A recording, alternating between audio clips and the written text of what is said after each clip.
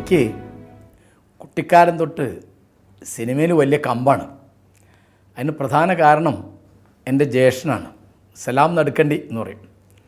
ഇവർ high school മാഷായിട്ട് retire ചെയ്ത ആളാണ്.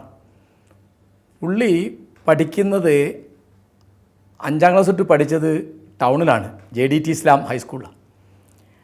അല്ല, 8ാം ക്ലാസ് തൊട്ട്. അപ്പോൾ പുള്ളി അവിടുന്ന് സിനിമയെ പറ്റിയൊക്കെ കേട്ടിട്ടുണ്ട്. അല്ലാതെ തന്നെ പുള്ളിക്ക് സിനിമയിൽ വലിയ കമ്പാ. അപ്പോൾ സിനിമ ഹറാമാണ്, അത് കാണാൻ പാടില്ല.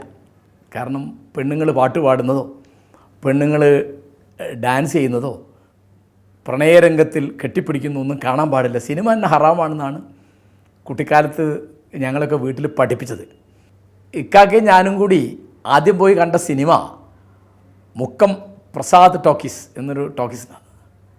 അവിടെയാണ്. പെരുന്നാളിൻ്റെ അന്ന്, വലിയ പെരുന്നാളിന്, എനിക്ക് നല്ല ഓർമ്മയുണ്ട്. ടിപ്പു സുൽത്താൻ എന്നുള്ള സിനിമ കണ്ട്. ഒന്നും മനസ്സിലായില്ല, ഹിന്ദി സിനിമയത്. അപ്പം ഇങ്ങനെ യുദ്ധങ്ങൾ, പിന്നെ വാൾപ്പയറ്റ്, പീരങ്കി, മറ്റേത് മറിച്ചതെന്നൊക്കെ പറഞ്ഞാൽ ഒന്നും മനസ്സിലായില്ല. പക്ഷേ ഈ ചലനങ്ങളും ബഹളവും ഒക്കെ കണ്ടു വലിയ കൗതുകമായി. അപ്പോൾ എന്താണ് സിനിമയുടെ അത്ഭുത പ്രപഞ്ചം എന്ന് കണ്ട് കണ്ണ് മിഴിച്ചു, അത്രയേ ഉള്ളൂ. പക്ഷേ അപകടം പറ്റിയൊന്നുമല്ല. വീട്ടിൽ വന്ന് ഞാനും കാക്കയോട് ഇത് ചർച്ച ചെയ്യുന്നത് ഉമ്മ കേട്ടു. ഉമ്മ ഭയങ്കരമായി നെഞ്ഞത്തടിച്ച് നിലവിളിക്കാൻ തുടങ്ങി. കാരണം മക്കൾ രണ്ടും പഴിച്ചുപോയി, സിനിമ കണ്ടു, ഹറാമായി സിനിമ കണ്ടു, ഇനിയിപ്പോൾ നരകത്ത് പോകുന്നുള്ള യാതി. അപ്പം ഞാൻ ഉമ്മയോട് പറഞ്ഞു, ടിപ്പു സുൽത്താനെ പറ്റിയുള്ള സിനിമ ഉമ്മ കണ്ടത്, അത് പടച്ചോൻ പോർക്കും. കാരണം ടിപ്പു സുൽത്താൻ ഒരു മുസ്ലിമാണല്ലോ. അങ്ങനെ ആ കണക്കിൽ ഇങ്ങനെയാണ് തുടങ്ങിയത്. ഞാൻ ആദ്യമായി കണ്ട മലയാള സിനിമ ഉണ്ണിയാർച്ച. അത് കാക്കി ഞാനും കൂടി ഞങ്ങൾ ഉമ്മയുടെ തറവാട്ടിൽ ഉമ്മയുടെ ജ്യേഷ്ഠത്തിയുടെ മകനുണ്ട്, തുലാപ്പറമ്പ് എന്നാണ് വീടിൻ്റെ പേര്. അപ്പോൾ അവിടെ നമ്മുടെ ഒരു ജ്യേഷ്ഠനുണ്ട്, വീച്ചി എന്ന് ഞങ്ങൾ വിളിക്കുക, വീച്ചിക്കാക്കാന്ന് പറയും. മൂപ്പര് ഞങ്ങൾ രണ്ടാളും കൂടി കൂട്ടിയിട്ട് മാവൂർ ദീദി ടോക്കീസിൽ കൊണ്ടുപോയിട്ട് ഉണ്ണിയാർച്ച കാണിച്ചത്. അപ്പോൾ എനിക്ക് വലിയ സന്തോഷം. എന്താ വെച്ചാൽ ഒന്ന് മലയാളം പറയുന്നതും കേൾക്കുന്നതൊക്കെ നമുക്ക് മനസ്സിലാവുന്നുണ്ട്. പിന്നൊന്നെന്ന് വെച്ചാൽ അതിൽ രാഗിണി, എനിക്ക് അതിസുന്ദരിയുടെ അത്രയും സുന്ദരിയായ ഒരാളെ ഞാൻ കണ്ടിട്ടില്ല. പിന്നെ അതിൽ അന്നു നിന്നെ കണ്ടതിൽ പിന്നെ അനുരാഗം എന്തെന്ന് ഞാനറിഞ്ഞു, അന്നു നമ്മൾ കണ്ടതിൽ പിന്നെ ആത്മാവിലാനന്ദം ഞാനറിഞ്ഞു എന്നുള്ളൊക്കെ പാട്ട് കേട്ട് എനിക്ക് വലിയ സന്തോഷമായി. ഞാൻ 7ാം ക്ലാസ് പഠിക്കുകയാണ്. ഞാൻ ഒരു സംശയമില്ല, അത് കണ്ട സിനിമ തീരുന്നതിന് മുമ്പേ തന്നെ ഞാൻ രാഗിണിയെ പ്രേമിച്ചു തുടങ്ങി. അത്ര സന്തോഷമായി എനിക്ക്. അപ്പോൾ ഈ സിനിമ എന്നുള്ള ഈ മാസ്മരിക ലോകം, അവിടുത്തെ അത്ഭുതങ്ങൾ, അവിടുത്തെ ആളുകളുടെ ഭംഗി, വർത്തമാനത്തിൻ്റെ ഭംഗി, പിന്നെ പോരാട്ടങ്ങൾ, പിന്നെ അതിൻ്റെ മൂല്യബോധം, അങ്ങനെ അനവധി കാര്യങ്ങൾ. അങ്ങനെ ഞാനൊരു വേറെ ലോകത്തേക്ക് എത്തിപ്പെട്ട മാതിരി. അപ്പം നാട്ടിലൊക്കെ എന്ന് പറഞ്ഞാൽ എല്ലാവരും സിനിമയ്ക്ക് എതിരാണ്. എല്ലാവരും എന്താണെന്ന് വെച്ചാൽ പള്ളിയിൽ മുസ്ലിം അറിഞ്ഞാൽ അടി കിട്ടും, സിനിമയ്ക്ക് പോയി എന്ന് പറഞ്ഞാൽ സിനിമയുടെ വർത്തമാനം പറയാൻ പാടില്ല. അപ്പം ഞാൻ ഈ സിനിമാ മാസിക എന്നൊരു സാധനം ഉണ്ടായിരുന്നു അന്ന് കോട്ടയത്ത് നിന്ന്, ശങ്കരൻ നായരുടെ പത്രാധിപത്യത്തിൽ. അപ്പോൾ അന്ന് ആ കാലത്ത് വലിയൊരു ചർച്ചാ വിഷയമാണ് മെർലിൻ മൺറോ ആത്മഹത്യ ചെയ്തെന്നുള്ളത്. അപ്പോൾ ന്യൂയോർക്കിലെ വലിയ നടി, അവരുടെ സൗന്ദര്യം, അവരുടെ ഈ ആത്മഹത്യ, അവരെപ്പറ്റി വായിച്ച പല കഥകളും, ഇതൊക്കെ എനിക്ക് വലിയ സന്തോഷമായി. അങ്ങനെ അപ്പോൾ ഇതിൻ്റെ ഇടയ്ക്ക് ഒരു ചെറിയ കാര്യം വെച്ചാൽ, എൻ്റെ കുടുംബത്തിൽ എൻ്റെ മൂത്താപ്പയുടെ മകനാണ് സലാം കാരശ്ശേരി. അതേ അന്നേ നാടകങ്ങൾ എഴുതും, നാടകങ്ങളിൽ അഭിനയിക്കും. അങ്ങനെ കുറച്ച് കഴിഞ്ഞ് വന്നപ്പോൾ 72 അദ്ദേഹം സിനിമ നിർമ്മിക്കാൻ തുടങ്ങി. അപ്പോൾ എൻ്റെ ജ്യേഷ്ഠൻ തന്നെ, എൻ്റെ തറവാടിലൊരാൾ തന്നെ സിനിമ ഉണ്ടാക്കി. എനിക്ക് വലിയ കൗതുകമായിരുന്നു. എന്നുവെച്ചാൽ ഞാൻ സത്യൻ്റെ ആരാധകനായി, ശിവാജി ഗണേശൻ്റെ ആരാധകനായി, ദിലീപ് കുമാറിൻ്റെ ആരാധകനായിട്ട് ഇങ്ങനെ നടക്കുന്ന കാലമാണ്. അന്നുകൊണ്ട് ഇന്നിപ്പം മമ്മൂട്ടിയോ മോഹൻലാലും ചോദിക്കുന്ന മാതിരി സത്യനോ നസീറോ എന്നൊരു ചോദ്യമുണ്ട്. അപ്പോൾ നമ്മളൊക്കെ സത്യൻ്റെ ആളുകളാണ്. അതുപോലെ ശിവാജി ഗണേശനോ MGR എന്നൊരു ചോദ്യമുണ്ട്, നമ്മളൊക്കെ ശിവാജി ഗണേശൻ്റെ ആളുകളാണ്. ഇതുപോലെ ദിലീപ് കുമാറോ രാജ് കപൂറോ എന്നൊരു ചോദ്യമുണ്ട്, നമ്മളൊക്കെ ദിലീപ് കുമാറിൻ്റെ കൂടെയാണ്. ഇങ്ങനെ എപ്പോഴും, അതായത് മുഹമ്മദ് റഫിയോ മുകേഷോ എന്നൊരു ചോദ്യം, അപ്പോൾ നമ്മൾ മുഹമ്മദ് റഫിയുടെ കൂടെ.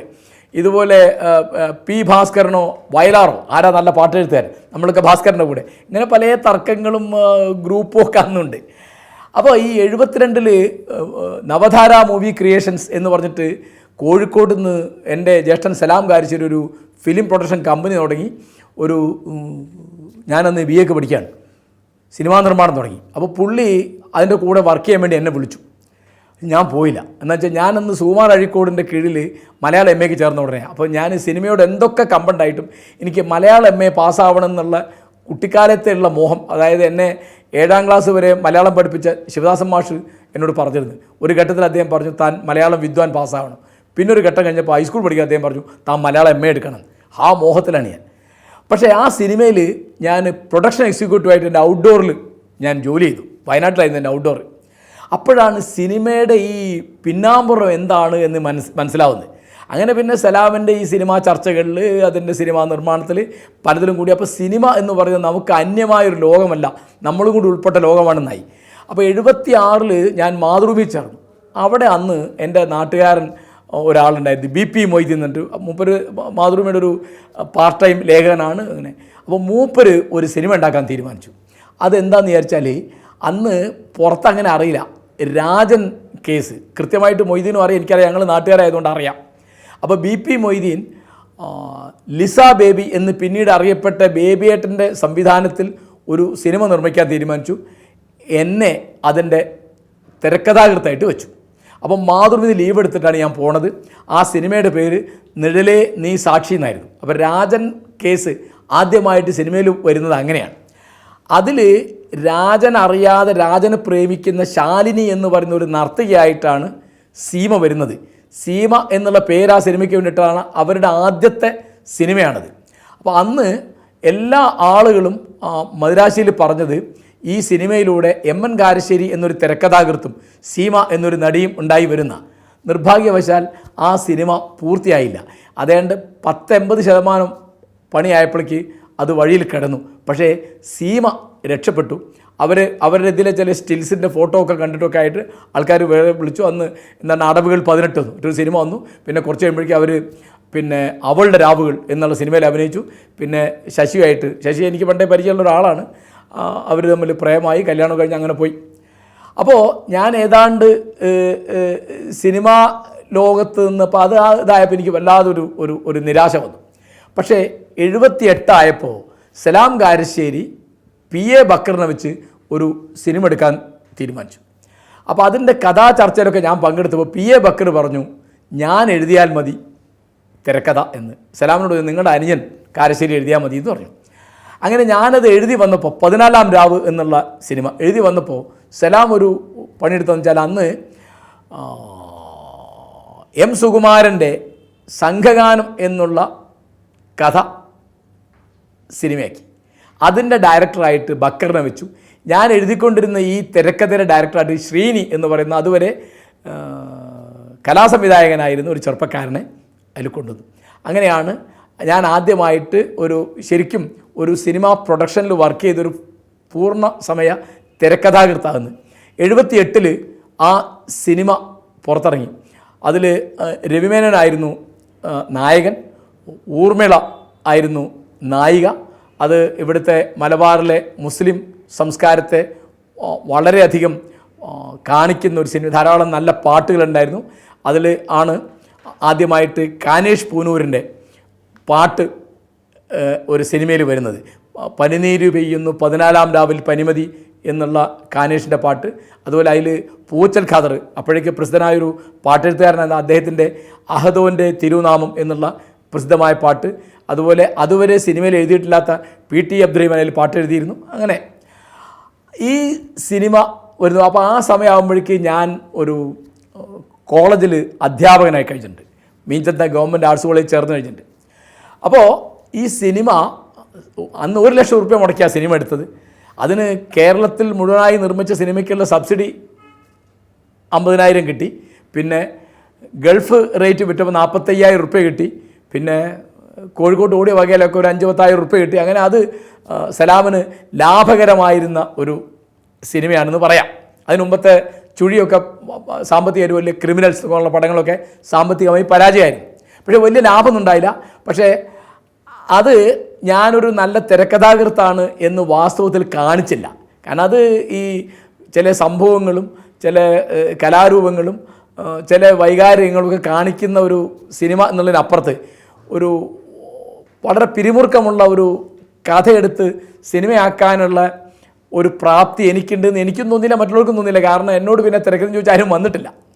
അങ്ങനെ പോയി. പിന്നെയും ഞാൻ വേറെ ചില തിരക്കഥകളൊക്കെ ചില ഓൺലൈനൊക്കെ എഴുതിയിട്ടുണ്ട്, ചില ഡിസ്കഷനൊക്കെ പോയിട്ടുണ്ട്, ചില സിനിമയിലൊക്കെ ഞാൻ പ്രവർത്തിച്ചിട്ടുണ്ട്. അതൊന്നും ഒരു എടുത്തു പറയാൻ മാത്രമല്ല.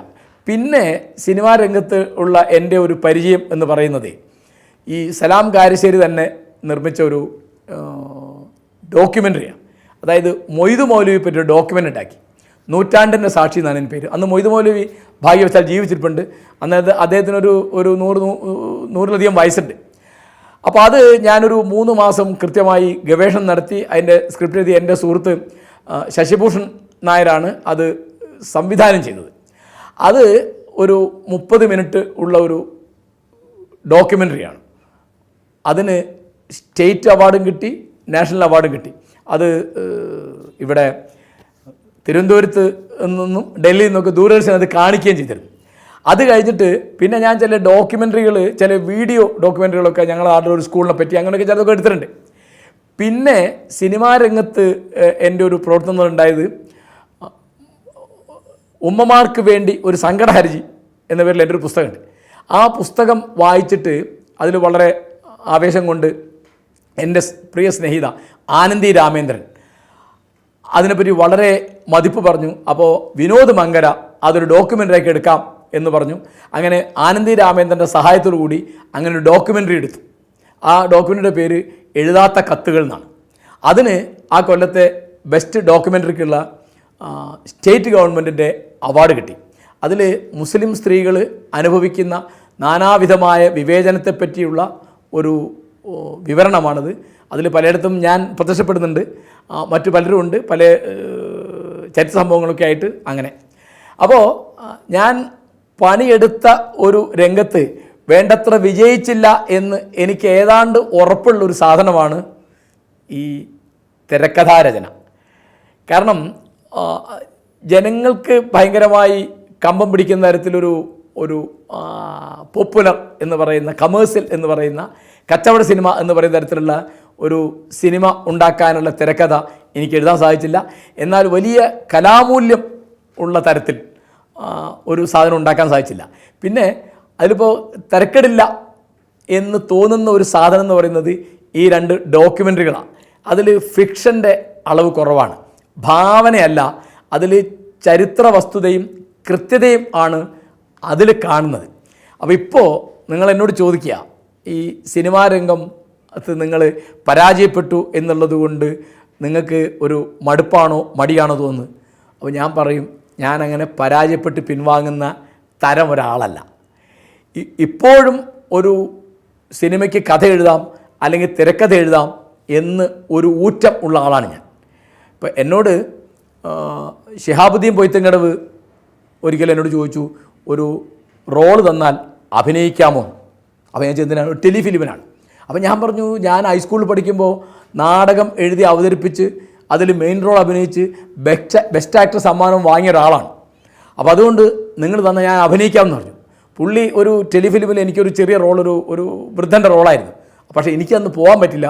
അത് ഹമീദ് മണിശ്ശേരി ആ ഭാഗം അഭിനയിച്ചു. പിന്നെ ഒരിക്കൽ ടി ആർ റസാക്ക് എന്നോട് പറഞ്ഞു, ഞാൻ ഏതെങ്കിലും ഒരു സിനിമയിൽ നിങ്ങൾക്കൊരു റോള് എഴുതുന്നുണ്ട്. എന്നുവെച്ചാൽ എന്താ കാരണം?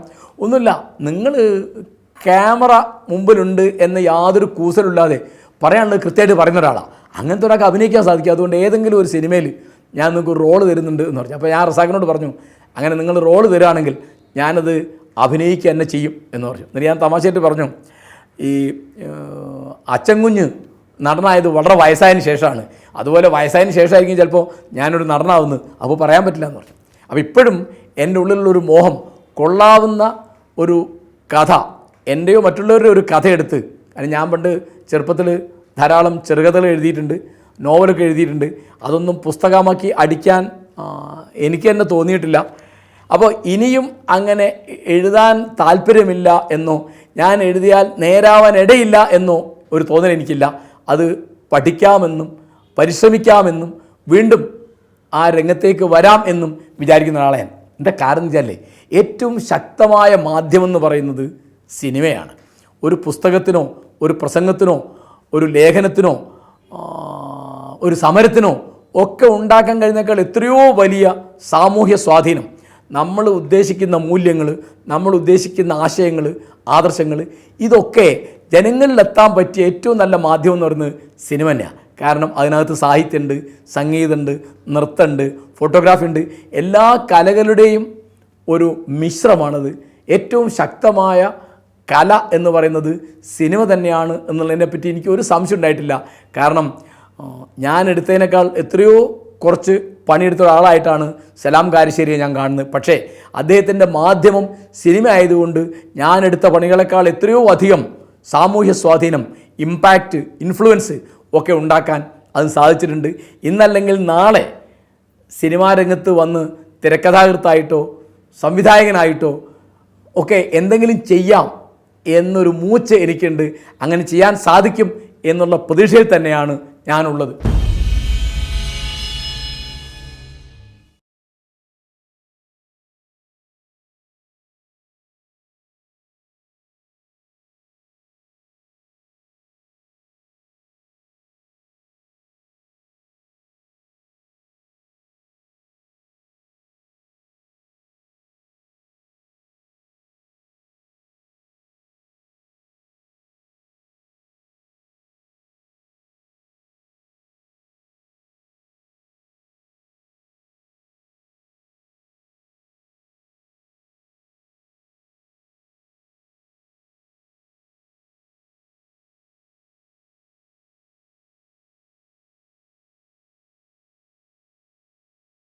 സിനിമയെപ്പറ്റി പറയുമ്പോൾ എനിക്ക് തിരക്കഥാരചനയിലുണ്ടായ നല്ലതും ചീത്തയുമായ അനുഭവങ്ങൾ പറയാനുണ്ട്. ഇപ്പോൾ നിഴലേ നീ സാക്ഷി എന്നുള്ളതാണ് ഞാൻ ആദ്യം തിരക്കഥ എഴുതിയത്. അന്ന് തിരക്കഥാരചനയെപ്പറ്റി എനിക്ക് ഉപദേശങ്ങളും നിർദ്ദേശങ്ങളും തരുന്ന ഒന്ന് ബേബിയാണ്. പിന്നീട് തമിഴിൽ വലിയ നടനായിട്ട് പേരെടുത്ത വിജയൻ. അത് കഴിഞ്ഞ് അദ്ദേഹം ആരുമല്ലാതെയായി മരിച്ചും പോയി. അദ്ദേഹം അന്ന് മഹാലിംഗപുരത്തുണ്ട്.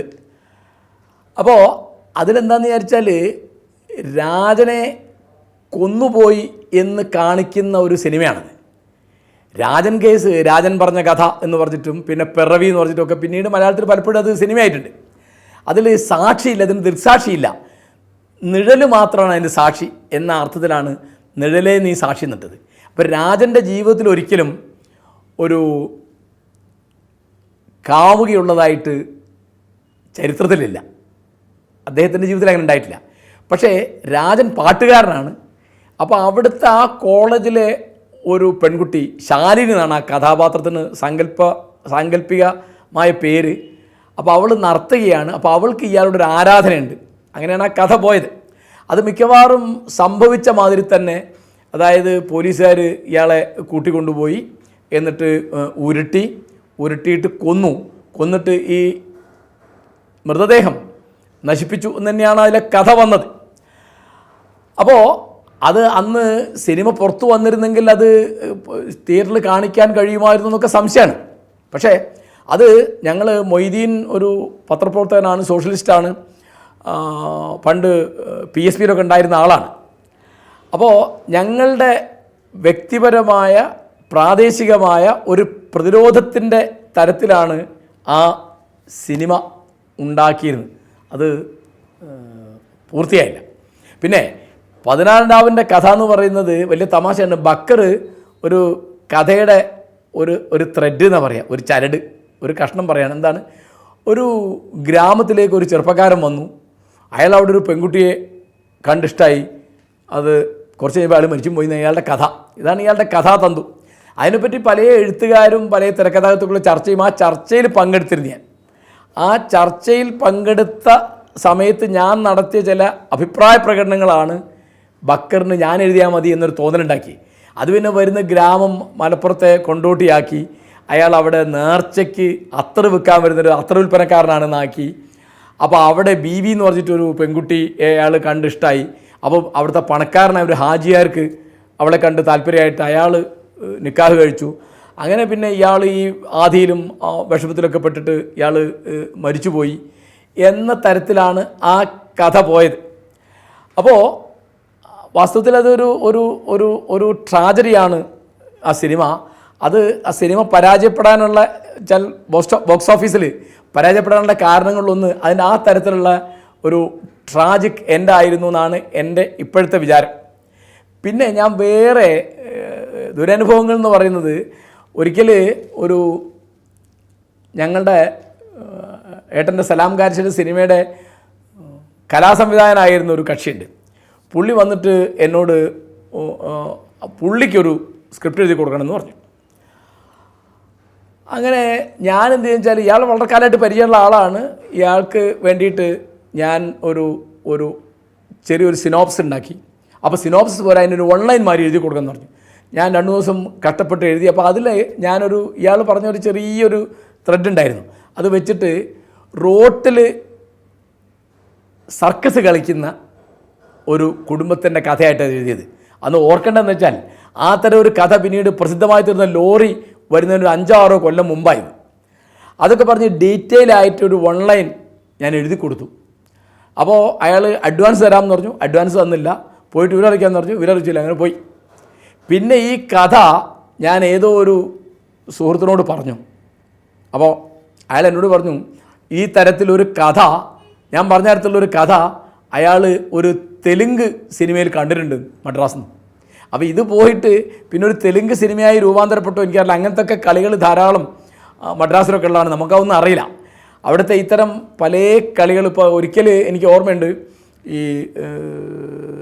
പ്രസിദ്ധ സിനിമാ നിർമ്മാതാവ് ടി വാസുദേവൻ കോഴിക്കോട്ട് വന്നിട്ട് എന്നോടൊരു കഥയുടെ രത്നച്ചുരുക്കം സിനോപ്സിസ് എഴുതി വാങ്ങിയിട്ട് പോയി.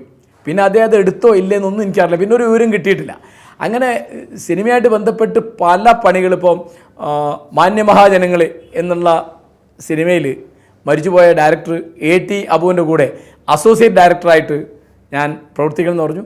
ഞാൻ ചെന്നു നോക്കുമ്പോൾ പടം തുടങ്ങുന്നതിൻ്റെ 2 ദിവസം മുമ്പ് അവിടെ എത്തി ഞാൻ. അപ്പോൾ സ്ക്രിപ്റ്റ് ശ്രദ്ധിക്കുന്ന അസോസിയേറ്റാണ് ഞാൻ എന്നിട്ടാണ്. അബുവിൻ്റെ സുഹൃത്താണ്. നോക്കുമ്പോൾ അതിൽ ഇയാൾ വേറൊരു അസോസിയേറ്റ് ഉണ്ട്. അയാൾ സാങ്കേതികമായി അനവധി കാര്യങ്ങൾ അറിയുന്ന ആളാണ്. ഇവർ തമ്മിൽ നിരന്തര കലഹമാണ്. ഒരു ഘട്ടം കഴിഞ്ഞപ്പോൾ ഈ കലഹം സഹിക്കാൻ വയ്യാതെ ഞാൻ അവിടുന്ന് അബുവിൻ്റെ സമ്മതമല്ലാതെ ഞാൻ മടങ്ങിപ്പോന്നു. അപ്പോൾ സിനിമയിൽ ആ രംഗം എന്ന് പറയുന്നത് അവിടുത്തെ കുതികാൽ വെട്ട്, മുഖസ്തുതി, ഈ പാരവെപ്പ്, ഏഷണി, പരദൂഷണം, പിന്നെ പല തരത്തിലും മദ്യം, സ്ത്രീ, ജാതി, മതം, ഒരുപടി കാര്യങ്ങൾ കൊണ്ട് വളരെ കലുഷമായ രംഗമാണിത്. അതായത് വളരെ മാന്യമായി മര്യാദയായിട്ട് തിരക്കഥാകൃത്തായിട്ടോ പാട്ടെഴുത്തുകാരനായിട്ടോ സംവിധായകനായിട്ടോ ഒക്കെ വിജയിക്കണമെങ്കിൽ ചില്ലറ ബുദ്ധിമുട്ടല്ല. ഇപ്പോൾ നിങ്ങൾ MT വാസുദേവൻ അത്രയും പ്രതിഭയും കഴിവുള്ള ആളാണെങ്കിൽ ബുദ്ധിമുട്ടില്ല. നേരെ മറിച്ച് നമ്മളിപ്പോൾ പരിമിത വിഭവന്മാരായ ആളുകൾ ചെന്ന് പതുക്കെ അതൊക്കെ പഠിച്ച് നേരെയായി വരാനാണെങ്കിൽ ചില്ലറ ഭാഗ്യം പോലെ. പിന്നെ മാത്രമല്ല, ഈ എല്ലാ തരത്തിലുള്ള അഴുക്കും ഒന്നുകിൽ കണ്ടുകൊണ്ട് നിൽക്കണം, അല്ലെങ്കിൽ ആ അഴുക്കിൻ്റെ ഭാഗമാണ്. അപ്പോൾ എനിക്ക് എപ്പോഴും തോന്നിയിട്ടുള്ള ഒരു പ്രശ്നം എന്താണെന്ന് വെച്ചാൽ, ഈ തരത്തിൽ ഇവിടുത്തെ അതായത് നമ്മൾ ഒരു രംഗത്തേക്ക് വരുമ്പോൾ വേറെ ഒരാൾ അതിലൂടെ വരുന്നു. അപ്പോൾ നമ്മൾ ഉടനെ അയാൾക്കൊരു പാര വെച്ച് അത് ഒന്നുകിൽ ഏഷണി പറഞ്ഞ്, അല്ലെങ്കിൽ പരദൂഷണം പറഞ്ഞ്, അല്ലെങ്കിൽ ജാതി പറഞ്ഞ്, അല്ലെങ്കിൽ രാഷ്ട്രീയം പറഞ്ഞ്, എന്തെങ്കിലും ആയിട്ട് മറ്റവനെ മുടക്കുക. കാരണം ഒരു പടത്തിൽ ഒരു റോള് കിട്ടിയാലോ ഒരു പാട്ട് കിട്ടിയാലോ ചിലപ്പം നിങ്ങൾ ജീവിതകാലം മുഴുവൻ വിജയിക്കുന്ന ഒരാളായി എന്ന് വരും. അത് വലിയ ഹിറ്റാവുമ്പോൾ വളരെയധികം പേര് കിട്ടും, വളരെയധികം പൈസ കിട്ടും. അപ്പോൾ എനിക്ക് പണ്ടേ ഇതിനെപ്പറ്റി ഒരു പരിഭ്രമം ഉണ്ടിരിക്കും. എന്ന് വിചാരിച്ചാൽ ഞാൻ സത്യൻ്റെ ആരാധകനായിട്ട് 9ാം ക്ലാസ് പഠിക്കുമ്പോൾ കോഴിക്കോട് സേഠ് നാഗജി ഫുട്ബോൾ ടൂർണമെൻറ്റിൽ ട്രോഫി കൊടുക്കാൻ വേണ്ടി സത്യം വന്നിരുന്നു. സത്യനെ കാണാൻ വേണ്ടി ഞാൻ വീട്ടിൽ നിന്ന് ഒളിച്ചു പോകുന്നു കണ്ടത് ഓർമ്മയുണ്ട് എനിക്ക്. അപ്പോൾ അത്ര വലിയ കമ്പുണ്ടായിരുന്നു. പക്ഷേ ഈ രംഗം എങ്ങനെയായാലും നമുക്ക് നിന്ന് പൊറുക്കാവുന്ന പിന്നെ അന്ന് പ്രത്യേകിച്ച് അത് ഇവിടെയൊന്നും ഇല്ല. സിനിമ എന്ന് പറയുന്നത് അങ്ങ് മദിരാശിയിലാണ്. അപ്പോൾ അവിടുത്തെ വളരെ ദൂരമാണത്. വേറെ ഭാഷ, വേറെ ഭൂപ്രകൃതി, കാലാവസ്ഥ, സമ്പ്രദായങ്ങൾ എല്ലാം വ്യത്യാസമാണ്. അപ്പോൾ അവിടെ ചെന്ന് നമുക്ക് പിടിച്ചു നിൽക്കാം, നമുക്ക് നേടിപ്പോരാം എന്നൊരു ധൈര്യം ഉണ്ടാവില്ല. പിന്നെ തിരക്കടില്ല. നമ്മൾ ഒരു കഥ എഴുതി അല്ലെങ്കിൽ തിരക്കഥ എഴുതി അത് കണ്ടിട്ട് ആളുകൾ ഇങ്ങോട്ട് വരുന്നൊരവസ്ഥയാണെങ്കിൽ, അതില്ലാത്ത ആളുകളെ സംബന്ധിച്ച്, നല്ല ശതമാനം ആളുകളെ സംബന്ധിച്ച് വളരെ ഭാഗ്യവാന്മാരല്ലെങ്കിൽ വളരെ പ്രയാസമാണ് അവിടെ പിടിച്ചു നിൽക്കുക എന്ന് പറയുന്നത്. പിന്നെ എനിക്കാണെങ്കിൽ അന്ന് ഞാൻ MA പാസ്സായിട്ട് ഇതിനൊക്കെ പോയത്. എനിക്ക് നല്ല ജോലി ഉണ്ടായിരുന്നു. മാതൃഭൂമിയിൽ സബ് എഡിറ്റർ എന്ന് പറഞ്ഞാൽ അന്ന് വലിയൊരു ജോലിയാണ്. ഗവൺമെൻറ് കോളേജിൽ അധ്യാപകം എന്ന് പറഞ്ഞാൽ വളരെ നല്ല ജോലിയാണ്. പിന്നീട് സർവകലാശാലയിൽ അധ്യാപകം എന്ന് പറഞ്ഞാൽ വളരെ നല്ല ജോലിയാണ്. അപ്പോൾ ഇതിനൊന്നും പിന്നാലെ നടക്കാൻ നമുക്ക് നേരവും സാവകാശമില്ല, ആവശ്യമില്ല. പിന്നെ നമ്മുടെ ആത്മാഭിമാനം പണയം വെച്ചുള്ള ഒരു പണിക്കും പോകാൻ എനിക്കിഷ്ടമില്ലാത്തതുകൊണ്ടാണ് ഞാൻ സിനിമക്കാരുടെ ഒരു പിന്നാലെ പോകുന്നൊരു രീതി ഇല്ലാതെയായിപ്പോയത്. അതുകൊണ്ട് എനിക്ക് ഖേദമൊന്നുമില്ല.